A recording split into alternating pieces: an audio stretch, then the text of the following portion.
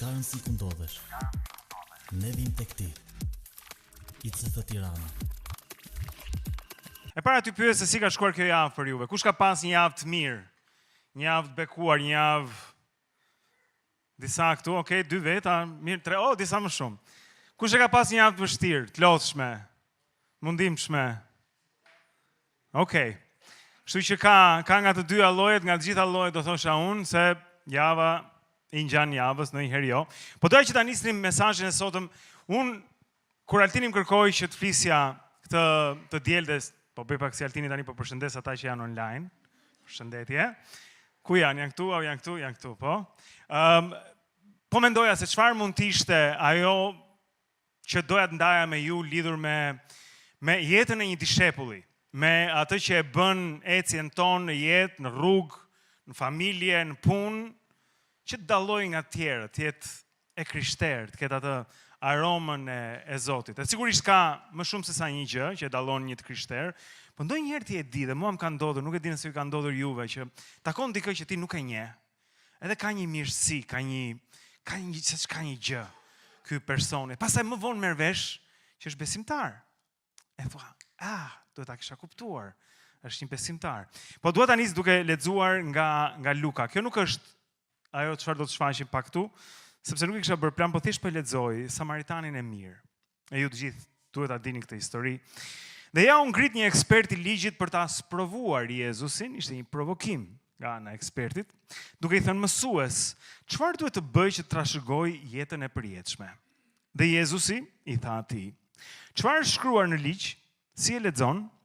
Dhe ai duke u përgjigjur i tha, do ta duash Zotin, Perëndin tënd, prej tërë zemrës sate, dhe me tërë shpirtin tënd, dhe me tërë forcën tënde, dhe me tërë mendjen tënde, dhe të afërmin njësoj si veten tënde.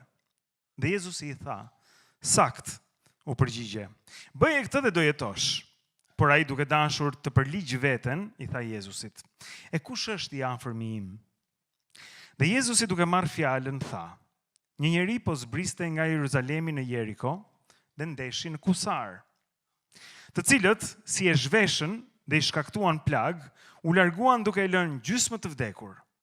Tani, rastësisht, një prift po zbriste në atë rrugë, dhe kur e pa atë, kaloi në anën tjetër. Po este nga ky trotuar, pa që ishte njëri i shtrirë aty, ishte i vrarë, i rrahur, i vjedhur, ta pa eci këtej. Është një gjë që ndodh, ju e keni parë, ndonjëherë ka njerëz që lypin, ka njerëz që kanë një nevojë, disa prej nesh ndrojmë rrugë. Dhe kështu kaloi një levit. Kur erdhi në atë vend e pa atë, kaloi edhe ky në anën tjetër, por një samaritan, duke udhëtuar, erdhi tek ai, dhe kur e pa atë, pati dëmshuri.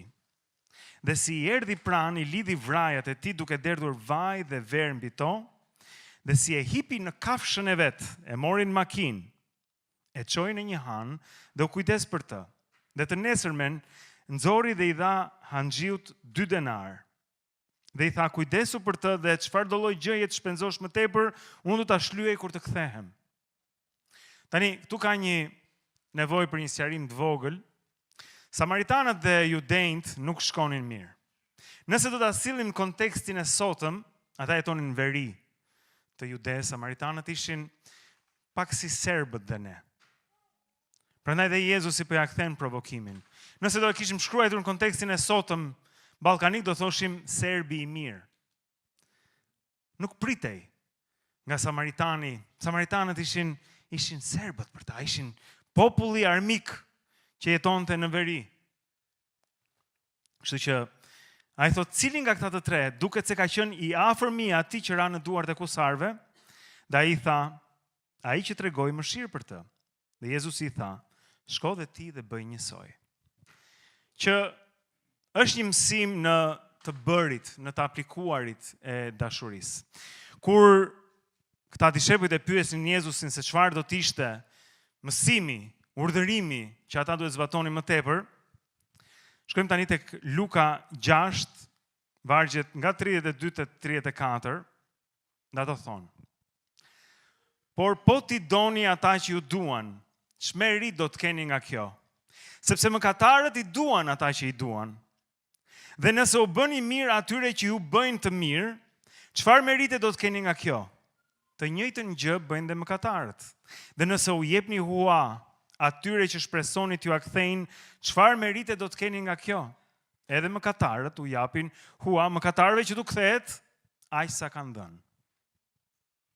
Aq sa dhanë. E kjo është pak sfiduese po ta mendosh, thotë, ç'merit ke ti nëse do atë që të do? Kështu bëjnë të gjithë. Kështu bëjnë dhe mëkatarët. Nëse ne do të kishim një shenjë dalluese si ndjekës Perëndis, dishepujt të Krishtit, do të ishte diçka ndryshe. E çfarë është kjo? Kam një pyetje për ju, nëse mundet ta bëjmë bashkë këtë ushtrim. Mendoni për një moment se keni një problem shëndetësor, gjëra që na ndodhin të gjithëve. Dhe ka një spital këtu në qytet, që është spitali me teknologjinë më të mirë, me mjekët e trajnuar më mirë, aparaturat më të mira, barnat, medikamentet më të mira. Sa për jush do doni që të shkoni te ky spital për të kuruar? Po? Po sikur t'ju thosha që i njëjti spital me aparaturat më të mira, mjekët më të trajnuar, barnat më të mira, është një spital pa dëmshuri. Atje mjekët nuk kanë dëmshuri, nuk kanë hir, nuk kanë dashuri. Ka dhe një spital tjetër, nuk është aq modern, nuk i ka të gjitha pajisjet e fundit mjekësore, por atje mjekët janë shumë të dhimbshur, janë shumë të dhënë. Bëjnë gjithçka, sakrifikojnë gjithçka, me aq sa munden. Ku do të zgjidhni të shkonit midis këtyre të dyve? Te i dyti. Po pse te i dyti? Të shëron dashuria, dhimbshuria, hiri. Është shenja dalluese e një të krishteri. Është ajo që kërkohet nga ne, është udhëresa kryesore. Nuk ka rëndësi se sa di, sa mirë e një Biblën, sa mirë ditë profetizosh apo teologji, ka shumë nga këta. Po shenja dalluese vërtet, Jezus e thotë, jo unë, është dashuria. Keni hyrë ndonjëherë në një dhomë ku sapo ka pas një sherr, ti hyn edhe ndjen që kolegët po shihen kështu me njëri tjetrin. Ti hyn dhe dikush del. E kupton? E mund ta prekësh atë tensionin, mund ta presësh me thik, thon, tensionin në ajër. Sepse ajo çfarë ndodh, dashuria, apo e kundërta e dashurisë, urrejtja, është diçka që mund të ndihet, energjia që ajo prodhon mund të ndihet. Dhe pyetja është, çfarë ndjejnë të tjerët kur na takojnë ne? A jemi ne njerëz që emetojmë dashuri, emetojmë paqe, apo jemi ne njerëz që i shtyjmë të tjerët, i largojmë? Nuk ka nevojë të përgjigjemi, sa kjo është një reflektim i brendshëm. Çfarë ndjejnë të tjerët kur takohen me ne, mbasi janë takuar me ne? Fjala vjen, janë ndarë nga njëri prej nesh, edhe kanë ndjerë dashurinë, kanë ndjerë dhimbshurinë, kanë ndjerë hirin e Perëndis, ose jo. Ose jo. Më ka ndodhur, për shembull, jam i sigurt ju ka ndodhur dhe juve, që të jem në një problem, të jem në një hall, të kem një vështirësi, dhe takoj dikë në një rast, edhe jam duke i qarë hallin, jam duke i hapur zemrën, siç themi. Edhe dua të më dëgjoj. Edhe njeri i mirë, njeri i afërt. Edhe çfarë ndodh është që 5-6 fjali në këtë bisedë ku e kam ballë për ballë në një kafene, tjetri nxjerr telefonin, e merr ca mesazhe. Edhe më thot pastaj, ke parë këtë aplikacionin e ri, është një aplikacion shumë i mirë. Edhe jam betuar mos ta takoj më këtë njeri. Sepse ja ku jam unë që po mundohem të tregoj një vështirësi time, një hall timin, një problem, edhe ai e ka mendjen te telefoni apo te një aplikacion që duhet të më tregoj se shumë cool është një gjëre. Njerëzit kanë nevojë që të shikojnë tek ne dhimbsurinë, të shikojnë prekjen e Perëndis. Kjo është edhe fati i një njeriu të krishterë, sepse mund ta bëj këtë pa predikuar. Bibla e parë, imazhi i parë i Jezusit që ata do të lexojnë, jemi ne vetë, mënyra se si u qasemi, mënyra se si sillemi me tjerët. Ajo çfarë u japim atyre pa kërkuar. Kur njerëzit janë pranë nesh, ndjejnë interes apo indiferencë. Sepse dashuria, mirësia, dhimbshuria ishin arsyet pse njerëzit shkonin tek Jezusi. Nëse e marrim Jezusin si shembullin e atij që ne ndjekim, atij që ne imitojmë, keni parasysh shumica atyre që e ndiqnin shkonin tek ai sepse ishte i dhimbsur. Ai rrinte me ta gramlecit, rrinte me mëkatarët, rrinte me prostitutat, rrinte me të gjithë këta që askush donte t'i shihte me sy. Që mësuesit e ligjit i përbuznin, i merrnin si shembull të asaj që nuk duhet isha. Ai prekte lebrozët. Ata thoshin, mos o Zot, i vinin dhe me shenjë, mos afrohen në qytet. Ai shkonte, prekte lebrozët, shëronte. Nëse duam të bëjmë si ai, duhet që t'ia vjedhim në kuptimin e mirë këtë pjesë të natyrës së Krishtit. Dhimbshurinë, dëgjesën, interesin tek të tjerët. Ka një varg që thotë se duke të jetosh si Jezusi do thotë ti duash të gjithë. Të gjithë. Jo me zgjedhje. Sepse shkollajt i duash sa njerëz, sepse janë evlatët e tu, janë prindrit e tu, janë miqtë e tu të ngushtë. Po Jezusi na thret ti duam të gjithë. Tregojmë dashuri nga zemra jon për çdo. Cili do qoftë ky në jetën tonë. Pra është një dashuri pa kushte, pa pritshmëri. Luka 6:27 thotë: Unë po ju them juve që më dëgjoni. Ti doni armiqtë tuaj e t'u bëni mirë atyre që ju urrejnë. Që ju urrejnë. Tani fjala dëgjoni këtu do të thotë më shumë se sa të dëgjosh në kuptimin e veshëve. Juve që më dëgjoni, po thotë juve që më bindeni, juve që më ndiqni, juve që më njihni. Se unë mund t'i them ti mbiri lajenët, po ba. Rregullo dhomën, po ba. Rregullo këpucët, po ba. Po në rast se nuk e bën, më dëgjoj. Po në rast se nuk e bën, am ka dëgjuar vallë? Ai po thot juve që më dëgjoni. Dhe kanë fjalën për ata që e dëgjojnë dhe e kuptojnë dhe që binden. E marrin për zemër këtë mesazh. Ti doni armiqtë tuaj dhe t'u bëni mirë atyre që ju urrejnë, që ju urrejnë.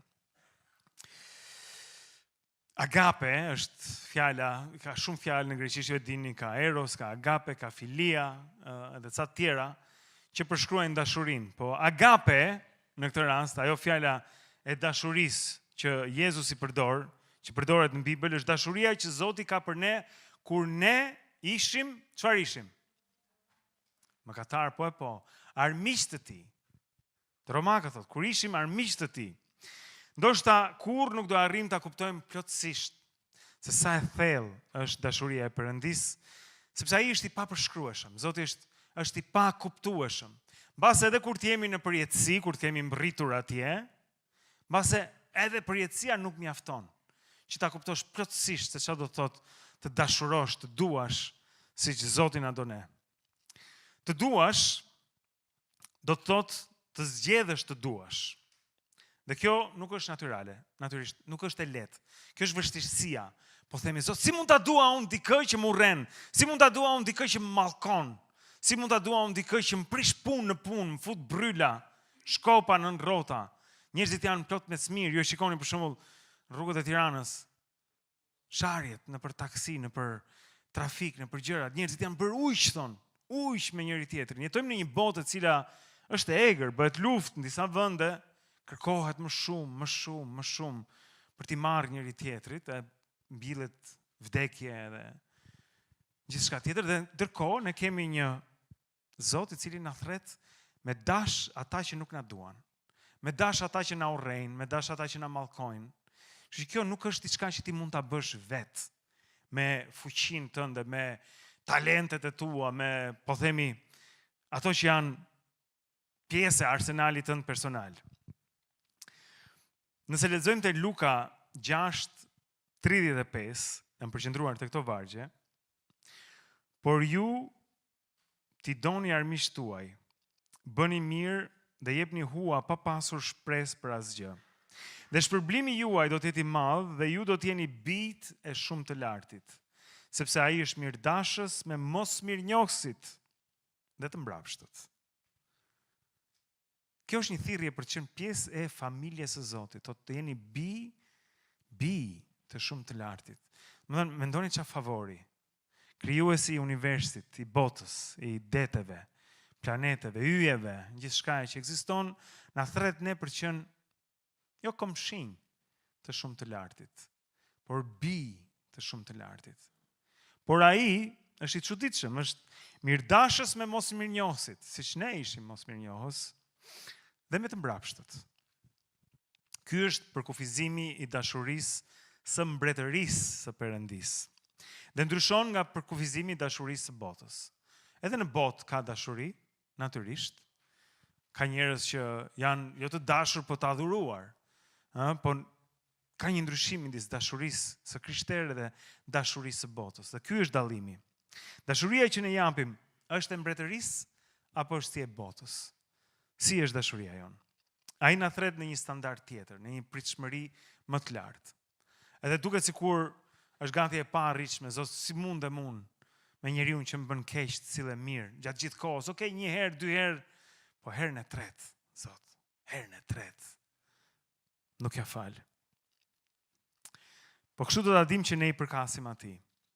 Po shikoj një reels që më doli para ca ditësh, edhe u futa kërkova pak më shumë pas në YouTube historinë e plot të një çifti, Devonte dhe Kiana.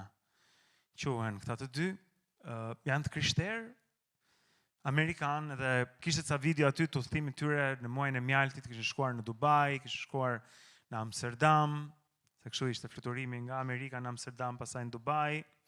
Dhe ishin çift shumë i bukur, shumë të rinj. Ajo vajza ishte veçanërisht e bukur, Kiana, dhe ajo që ndodhë është sapo kthehen nga, se studiova pak historinë e tyre, sapo kthehen nga muaji i mjaltit, asaj ndodh një aksident shumë i rëndë. Praktikisht mbetet, siç thon, në gjendje vegetative. Vjen nga fjala perime, vegetative.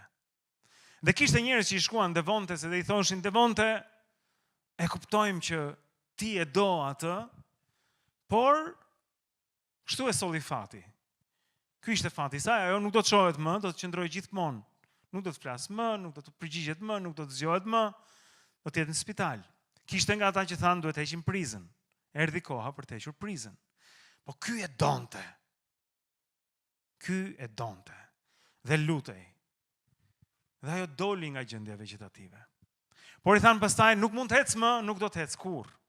Duhet kisha marrë foto ka video të këtyre të dyve, po nëse doni mund të gjejmë. Dhe ai vazhdon të lutej, thoshte, unë e dua këtë grua. Edhe në gjendjen vegetative unë dua këtë grua, edhe në gjendjen e karrocës me rrota unë dua këtë grua. Edhe lutej. Edhe ajo është ngritur tani. Krau i saj i djathtë i trupit nuk funksionon siç duhet, sepse ka ende një plag në tru, një dëmtim në tru. Edhe e folur e saj nuk është ajo që ishte, por ata janë këtu në një bekim, kanë një kanal në YouTube, në Instagram, gjithashtu, ku flasin vazhdimisht 500 e ca mijë ndjekës, ku ata ndajnë fjalën e Zotit së bashku. E do të shikoni çfarë mrekullie nga stadi ku ajo ishte mbas aksidentit deri më sot. Po dhe këmbgulja e tij për qëndruar me këtë grua, pa kushte, pa pritshmëri, ashtu siç ishte, ashtu siç erdhi situata. Kështu që ai që e do Zotin rrjedhimisht i do njerëzit. Ai e bën këtë, Jezusi disa herë, e gjeni në ungjilli të ndryshëm kur ai është duke folur se si thotë, të duash Zotin, të duash edhe të afërmin tënd si veten. Nuk mund ta duash Zotin me gjithë zemër dhe të përçmosh njerëzit. Ky është një test i dashurisë tonë për Perëndin. Sepse ne mund ta themi gjithë ditën, Jezus të dua, të dua, frymë e shenjtë të dua. Por nëse ti përçmon vëllezërit e motrat, apo ata komshinjt, apo ata komshiun më të keqin e lagjes, nuk je duke zbatuar këtë urdhëresë. Nuk e ke dëgjuar mirë kur ai thotë, Perëndia i do edhe mos mirënjohësit, edhe keqdashësit. Prandaj bëhet me lutje. Thotë si arrihet kjo punë? Si që thoshte Jovan Bregu, kjo arrihet me punë, me përpjekje, me shumë lutje, me shumë devotshmëri. Nuk është diçka që ne mund ta bëjmë vetë. Unë s'kam një thik, Nedi ka një shpatë ndonjëherë kur del këtu, por nëse do të kisha një thik, e dua që ta imagjinoni, kjo është një nga ngjyrat e gocës time, po dua që ta imagjinoni vështirësitë që janë jetën tonë, sikur unë kam kapur një thik këtu. Edhe themi Zot, me hiq këto vështirësi. Dhe ndërkohë e shtrëngojmë thikën. E nëse Zoti do shkonte ta hiqte, çfarë do ndodhte? Do të na lëndonte, do të na priste. Kur ne kemi një thik në dorë, kur kemi vështirësi, pa mundësi, thua Zot, kam shumë vështirë, ta dua këtë person, cilëm si krishter, veçanërisht me atë fytyrën e atij, hiq dorë. Nëse i hap kishtat, ja lë Zotit. Ja lë Zotit. Është ajo historia unë e kam përmendur edhe herë tjetër, sepse më pëlqen kur këta janë duke fjetur këta janë duke fjetur, këta ishin peshkatar profesionistë, ishin duke peshkuar. Por ndodh stuhia, po? Stuhia në varg dhe Pjetri me të tjerët ata e njohin liçenin, njohin peshkimin, janë mjeshtrat të kësaj pune, janë profesionistë. Dhe Jezusi po flinte në varg. Nuk thot po dremiste, po merrte një gjumë të lehtë, apo shplothte syt. Jezusi ishte tull gjumë, po flinte. Dhe këta alarmohen, panikosen, po mbytemi, nuk dinin çfarë të bënin profesionistët. Ky këtu tull gjumë. Dhe zgjojnë, ai hap syt, ndoshta i fërkon pak syt. Në fillim, shtriqet pak, çaka. Tu po tundet gjëja. Ata janë duke mbytur. E thot, pusho fashitu. Sepse këtë duhet të kuptojmë që ne ecim me atë që ka çdo pushtet mbi gjithçka. Mbi çdo problem, mbi çdo hall, mbi çdo pengesë, mbi çdo vështirësi, krijuesin e gjithçkaje, më të fuqishmin. Ka njerëz që i trëmben magjisë, ka njerëz që i trëmben, nuk e di, këtyre pengesave të vogla, intrigave, kurtheve. Ne ecim me atë që qëndron mbi gjithçka. Dhe ne mundet ndonjëherë kur jemi në vështirësi, t'ja lëm atij. Ta hapim atë dorën, e cila po shtrëngon tehun e kësaj thike që na pret vazhdimisht, se mbaj mendjen vetëm atje, po si do ja bëj? Ai e thot, mos u shqetësoni për të nesërmen. E kjo nuk do të thotë që ta neglizhojmë gjithçka dhe ta marrim si të vi, po do të thotë që të kemi besim se ai mundet të veprojë gjatë gjithë kohës. E ndoshta ne kemi nevojë ndonjëherë të marrim jastikun edhe të shkojmë ne tull gjumë përpara problemeve tona, duke ia dhënë ato, duke i lëshuar ato përpara Perëndis. Ne demonstrojmë aleancën tonë me Zotin, ecjen tonë me Zotin, duke mos kundërvepruar kur të tjerët na bëjnë keq. Ky është testi, kjo është thirrja, kjo është ndasia, dallimi, shenja e një të krishteri. Sepse ligji deri atëherë thoshte një sy për një sy, një dhëm për një dhëm. Po më bëre keq, ta tregoj unë ty. Dhe fatkeqësisht e shikon këtë edhe në komunitetet e krishtera. Që, kujdes, se ne jemi të mirë, por e kalove cakun, kafshojmë. Jo, Jezusi nuk kafshoj kërkën, nuk pati nevojë. Ai i tha dishepullit ti fute shpatën në millë, se kush ron nga shpata, vdes nga shpata. Kështu që ne duhet tregojmë atë lloj fuqie, e kjo nuk vjen pa lutje, kjo nuk vjen vetvetiu, kjo nuk vjen nga ne, kjo vjen prej ti. Por mund të vi prej ti. Nëse ne lejojmë frymën e shenjtë, atë vetë, që t'jetë udhëzuesi, ne mundemi që përballë njerëzve që na bëjnë keq, përballë njerëzve të cilët kanë mëkate ndaj nesh, personalisht ndaj nesh, ne t'jemi si Krishti. Tek vargjet 28 dhe 29 tek Luka, thot, bekoni ata që ju mallkojnë dhe lutuni për ata që ju keq trajtojnë. Citati i Jezusit. Nëse dikush të bie në njërën faqe, ktheja tjetrën. Dhe ati që të merr mantelin, mos e pengo të marr edhe tunikën. Tani, kjo është burim debatesh, ka brenda kishës interpretime, shpjegime. Nuk e di nëse keni parë lajme së fundmi, por ka një debat midis papës dhe zëvendës presidentit amerikan mbi teologjin. Papa i qëndron asaj që jemi në paqe. J.D. Vance i thot, kam nevojë të mësoj unë teologjin. Pak arrogant, zëvendës presidenti. Bekoni ata që ju mallkojnë dhe lutuni për ata që ju keq trajtojnë. Dhe vini re se nga vargu 28 në vargun 29 kalon nga numri shumës në numrin njëjës. Pastaj është duke folur personalisht me secilin prej nesh. Nëse dikush të bie në njërën faqe, ktheja tjetrën, dhe ati që të merr mantelin mos e pengo të marr dhe tunikën. Manteli ishte paltoja, veshja e jashtme. Tunika është veshja e brendshme që ta mbanin.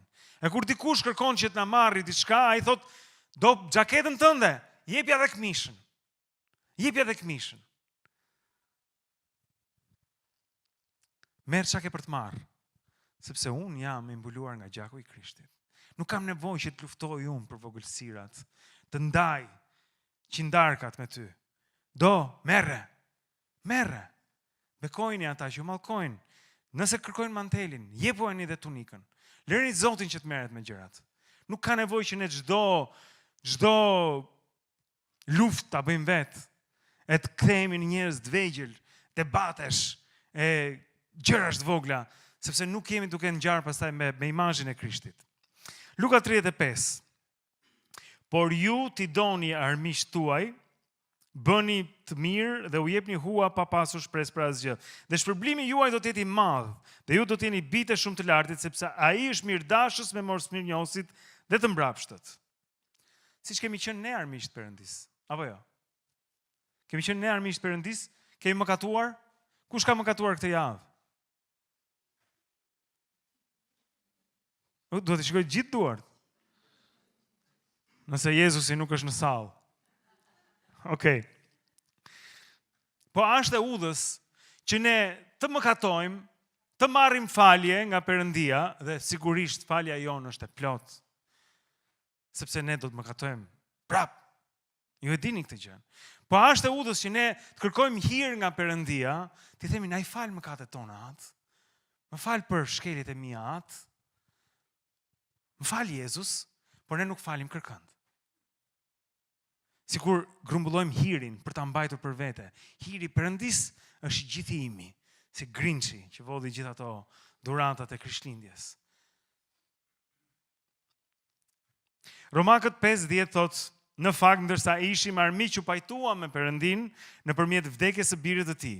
Akoma më shumë tani që jemi pajtuar, do të shpëtohemi nëpërmjet jetës së tij. Kështu që dashuria pa kushte na udhëzon neve që të reflektojmë Jezusin në çdo gjë që bëjmë. Dhe duhet pyesim veten si mund ta reflektojmë Jezusin në situata të vështira të jetës sonë. Sepse kjo s'është e lehtë, por Zoti nuk na lejon që të ndohemi përtej asaj që mund të bëjmë. Dhe nëse na mungon urtësia, nëse nuk dim se si ta bëjmë, atëherë le ta kërkojmë urtësinë. Jakobit 1:5 thotë, por në qoftë se ndonjërit nga ju i mungon urtia, le të kërkojë nga Perëndia, që u jep të gjithëve pa kursim, pa qortuar, dhe atij do t'i jepet. Kështu që është e kollajt ta duam dikë që na do. Është e kollajt të afeksionohemi me njerëz që janë të talentuar. E shikoni këto koncerte, do vi Kanye Weston, do të shkojnë 60.000 veta, nuk e di ku do gjenden 60.000 veta, po. Duan të shikojnë Kanyen nga afër, të ndërtohet një stadium provizor vetëm për të. Dhe kam frikë se nuk do të mbushet. Po gjithsesi, njerëzit kanë qejf të dëgjojnë artistët, ata që janë të famshëm, ata që bëjnë mirë, po çështja është si të duash ata që nuk janë kaq të adhurueshëm, si duash ata që nuk janë kaq të mirë në vetvete. Këta që janë të mbrapsht, këta që na kanë bërë dëme, që na kanë marrë hua dhe nuk na i kanë kthyer. Ndodh ndonjëherë për shembull, nuk e di nëse ndodh juve që dikush mua më ka ndodhur 2 herë, po s'ka problem. Kam dhënë hua, më kanë ndoshta sajuar, ndoshta po më kanë bindur gjithsesi për një hall shumë të madh. Herën e parë ishte $600. Herën e dytë ishte $1000. Si ka marrë këto asnjëherë? Nuk kanë, se janë 2 njerëz të ndryshëm, nuk njihen fare me njëri tjetrin. Edhe në fillim ti edhe mund të thuash, shiko, hey, mos harro ato $600, ëh? Pastaj kalon kohë, derisa të vjen ty turp që ta përmendësh që të kam lek borxh, domethënë ti më ke lek borxh mua, kështu që bën sikur e harron dhe ti, se tha, ty e pas ke menin akoma ato, u bën 18 vjet, po më sa duket unë kam ende nevojë të punoj se s'kam harruar. Po gjithsesi, sepse nëse janë një mësim që kushton në total $1.600, ja vlen. Që jo çdo histori që tregojnë është e vërtetë, jo çdo njeri që duket i besueshëm është në fakt i besueshëm. Zoti pret nga ne që ne të shkojmë tek ai për ta gjetur këtë forcë që duhet për të dashur njerëzit që janë teknikisht të urryeshëm. Njerëz jo të mirë, njerëz që i quajmë palaço me gjuhën e përgjithshme. Dhe ai na kërkon ti duam ta njerëz, të lutemi për ata, tu bëjmë mirë atyre me sa mundemi, tu japim edhe tunikën kur na kërkojnë mantelin. Por kjo kërkon lutje, kjo kërkon që të shkosh te Zoti vazhdimisht edhe të kërkosh forcë për ta bërë këtë çdo ditë. Zot, më jep forcë që të jem një reflektim i Jezusit sot kur dal të flas me njerëzit. Zot, më jep forcë që mbasi të kem takuar ca njerëz tu kem lënë një përshtypje të mirë. Një njeri ndryshe. Që pastaj të ke shansin të tregosh se pse ti je ndryshe. Dhe çfarë të bën ty ndryshe. Sepse nëse ne sillemi me të njëjtin standard me atë që është dashuria ose mosdashuria e botës, dhe nuk lëm asnjë përshtypje tek njerëzit, dhe dukemi pa aq biznes, saqë janë të gjithë biznes, aq më jep një t'jap një, saqë janë të gjithë, atëherë ata nuk do pyesin ora çfarë ka në jetën tënde që të bën ty kaq të gëzuar. Unë besoj këtë me gjithë zemër, që energjia që japim është energjia që kthehet mbrapsht. Jezusi që shfaqim është Jezusi që vjen tek ne. Dhe shansi për të predikuar, për të sjell njerëz tek Perëndia, për t'i bërë ata që të kuptojnë që ti ke një themel, kur tjetër themeli, nga ai që është në botë është kur ti e shfaq këtë, edhe ngre topa vazhdimisht. Ngre topa që dikur Zoti do t'i zhys. Por ne duhet ta tregojmë të që jemi ndryshe, që duam ndryshe, që sillemi ndryshe, që falim më shumë, që kthejmë faqen tjetër, që nuk luftojmë me të njëjtat armë që lufton bota. Çdo marrëdhënie dashurie ka vend për pendes. Të gjithë ju që jeni të martuar, sekondërdha unë e dini, që një marrëdhënie dashurie ka nevojë për pendes, ka nevojë për të kërkuar falje. E nëse ne nuk e bëjmë, fatmirësisht ne mund të shkojmë të kërkojmë falje, për këtë dhe Zoti është mëshirëplot dhe na fal. Unë nuk di ndonjë që është martuar dhe nuk ka pasur asnjëherë ti kërkoj falje gruas. Mund të qeshësh, është okej. Edhe gratë, po gratë kërkojnë falje në forma të ndryshme, ndoshta pa fjalë. Po munden. Kanë gjuhën e tyre të dashurisë. Po patjetër. Gratë mund të bëjnë shumë gjëra që ne burrat nuk i bëjmë dot, dhe ca që ne mund t'i bëjmë, por refuzojmë t'i bëjmë se na i bëjnë gratë. Kështu që çdo të bënim ne pa ju. I bota do ishte kaq e mërzitshme pa gruan. Siç ishte për Adamin në fillim. E pa Zoti dhe tha, diçka s'shkon. Atëherë, dashuria, pranimi i Jezusit në jetën tonë është vetëm fillimi. Gjithmonë do ketë probleme. Nuk do thotë që jeta e krishterit shkon vaj, jeta e krishterit është pa vështirësi, përkundrazi, shumë krishterë kanë gjetur belan, ju e dini. Kanë përfunduar në burgje, por është e mundur. Kush nuk e ka lexuar Rno për me tregu e Adzef Plumit, unë ju a rekomandoj shumë fort. Nëse ka një libër në Shqip që e rekomandoj është Rno për me tregu. 25 vjet, 30 vjet burg bëri ai për besimin e tij në Krishtin. Sepse ai besonte në Krishtin dhe refuzonte ta mohonte. edhe të gjithë të ligat e botës. Është një përshkrim i jashtëzakonshëm i vuajtjeve, i manipulimeve, i intrigave, i padrejtësive, i dhunës, i vdekjeve që mbillte regjimi komunist. 30 vjet burgjeve, 30 vjet një jetë e marrë, edhe ajo që e bën të veçantë është se nuk ka fare hidhësi në rënopër me tregu. Edhe kur ai doli mbas 30 vjetësh, ai ishte prap i ëmbël, edhe më i ëmbël se sa kishte qenë. Sepse është e mundur, sepse buronte dashuria, ishte një reflektim i Jezusit i jashtëzakonshëm. Një besim i themeluar. Edhe armiqtë e tij besonin për shkak të jetës së tij, për shkak të mënyrës se si ai trajtonte armiqtë e tij. Le më pastaj të bashk burgosurit e tij. Tani, dua të them diçka, që kur dashuria i pranon të gjitha, kur ne nuk thejmë faqen tjetër, kur ne japim edhe mantelin, edhe tunikën, kjo nuk do të thotë që të lejojmë abuzim. Ka raste abuzimi, ka raste dhune. Kjo nuk është një thirrje për të pranuar çdo lloj gjëje që mund na ndodhi ne. Absolutisht jo. Edhe turp mbi ata që abuzojnë mbi tjerët, që dhunojnë të tjerët.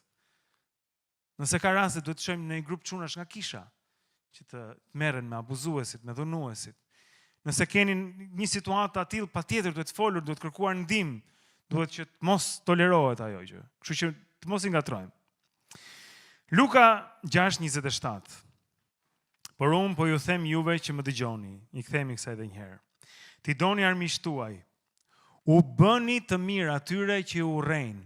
Dhe pastaj vargu tjetër, Luka 6:31 që thotë, por ashtu siç dëshironi që t'ju bëjnë juve njerëzit, po ashtu bëni me ta.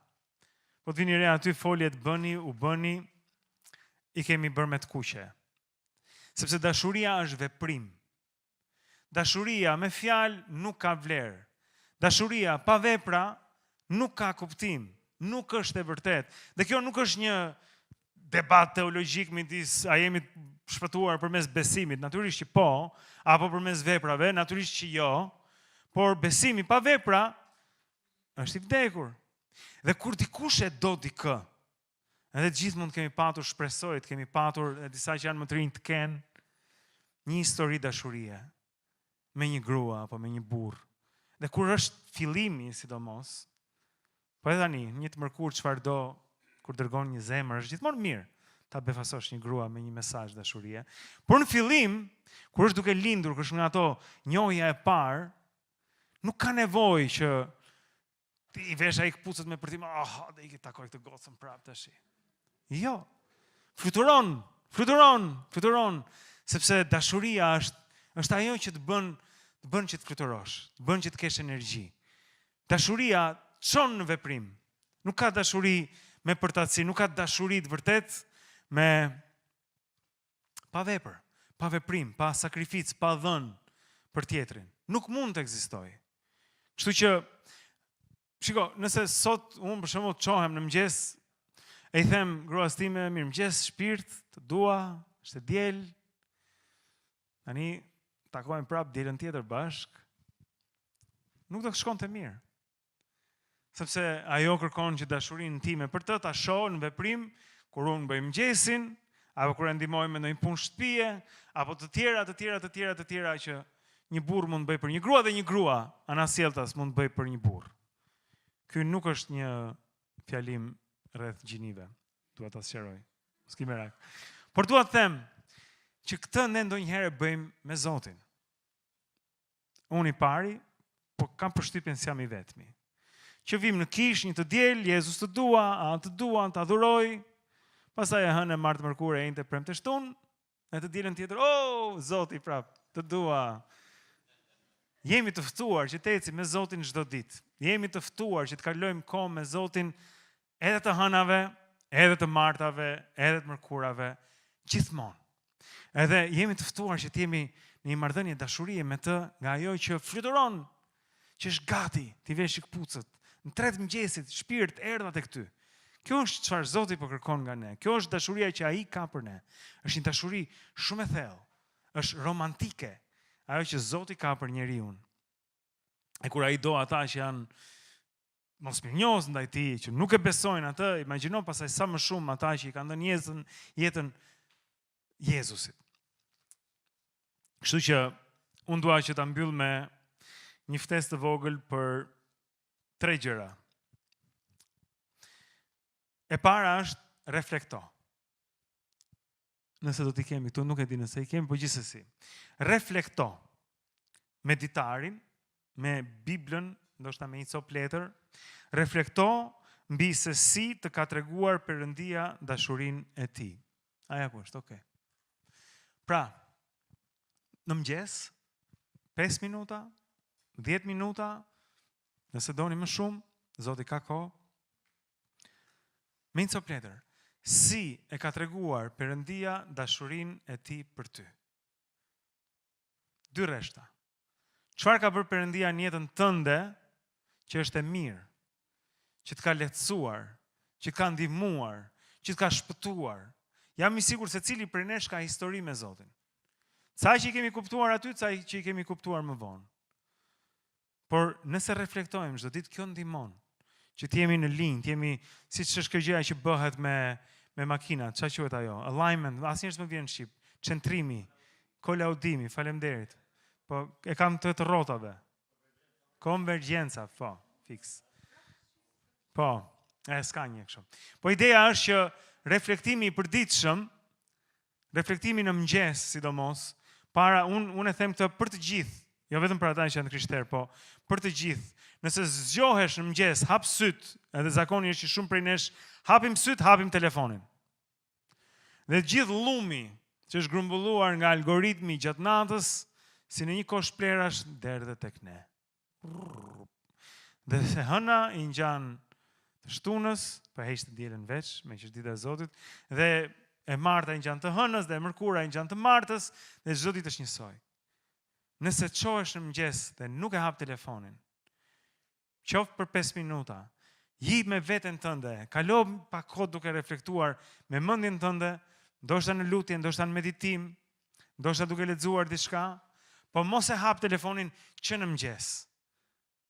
Qofsh apo mos qofsh besimtar, është njësoj e dëmshme, sepse është një sulm mbi psikën tonë. Kemi nevojë të jemi me veten tonë për pak kohë. E dyta, shpreh mirënjohje. Sepse mirënjohja është qëndrimi që përcakton lartësinë e të jetuarit. Me që jemi në këtë ciklin e lartësive të reja si fjalë këtë vit në këtë kish, mirënjohja është qëndrimi që përcakton lartësinë e të jetuarit. Nëse e keni parasysh të shprehin, ai është shumë lart. Ai tipi është shumë lart, shumë lart. Sa lart ne do të jetojmë, në çfarë niveli lartësie do të jemi, varet dhe është e lidhur ngushtësisht në mënyrë të drejtë për drejtë me mirënjohjen. Sa mirënjohës jemi ne për gjërat që kemi, për shëndetin, për punën, për energjinë, për shpëtimin, për miqësitë, për njerëzit që na rrethojnë. Sa më mirënjohës, aq më lart. Sa më mos mirënjohës, aq më poshtë. Ne nuk kemi një frym të ankesës, një frym të qarit, një frym të frikës. Zoti na ka dhënë një frym të mirënjohjes. Nëse do të rrosh në lartësi, duhet jetosh në mirënjohje. Tek ne ankesat janë sport kombëtar. Hap televizorin, ka ankesa për çdo gjë. Opozita ankohet për majoranca për Bashkimin Evropian, Bashkimi Evropian për Berishën, e kështu me radhë, domethënë një qerthull të pafund. Një dallim i jetës tonë është që ne nuk jetojmë në ankesë, nuk luajmë këtë sport kombëtar të ankesave të vazhdueshme. Dhe fjala e tretë, kërko. Nëse nuk mundesh, kërko. Nëse thua Zot, unë nuk e kam këtë fuqi që ta kthej faqen tjetër. Dua t'ja kthej ndryshe. Kërko. Sepse Zoti mund të ta jap. Atë lloj të ecure. Nuk lind brenda ditës asnjëri, nuk është bërë i perëndishëm menjëherë. Është test mbas testi, mbas testi, mbas testi. Pyesni Jobin. Nuk është e lehtë. Por nëse kërkon, çfarë thot? Nëse kërkoni, do t'ju jepet. Kështu që reflekto në kohën tënde të mëngjesit, reflekto mbi mirësinë që Zoti ka sjellë në jetën tënde, shpreh mirënjohje dhe kërko më shumë. Kërko më shumë sepse Zoti do t'i jap. Le të lutemi bashkë. Zot, lutem që kjo fjalë të jetë frymëzuar nga ti, e të merret e të pranohet si prej teje, Zot. Kërkoj që për këtë kishë, për gjithë besimtarët e për gjithë njerëzit, ti je ti, Zot, ai që na bën që të jemi qyteti mbi kodër, drita e botës, që dashuria jote na dalloj nga të tjerët. Jo vetëm dashuria që marrim prej teje, Zot, që është pafund, po dashuria që japim gjithashtu. E bëj, Zot, që të jemi një reflektim i imazhit tënd në jetët e tjerëve, që ata të shohin se një mënyrë tjetër të jetuarit është e mundur përmes teje. U kërkoj që ti bekosh, Zot, gjithë besimtarët e kishës tënde sot, në emrin e Jezus. Amen.